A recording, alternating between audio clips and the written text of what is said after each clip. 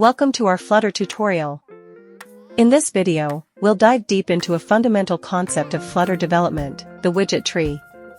Understanding the widget tree is crucial for building dynamic and responsive Flutter applications. Let's get started. First, let's establish the basics. In Flutter, everything is a widget.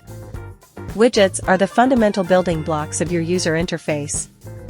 Widgets can range from simple elements like text and image to complex layouts like row, column, and list view.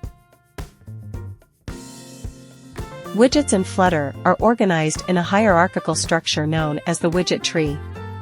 Think of it as a family tree for your UI, with a single root widget at the top.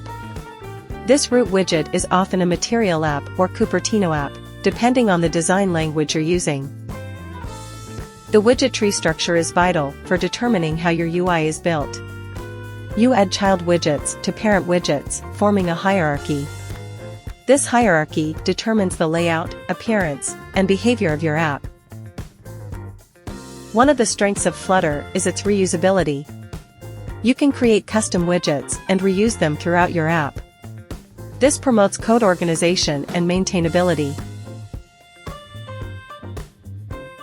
Widgets have properties.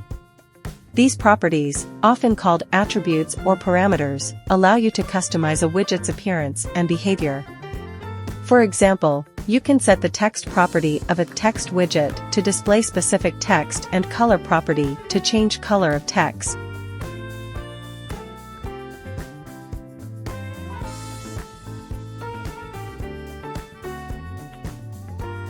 In conclusion, the widget tree is the backbone of Flutter development.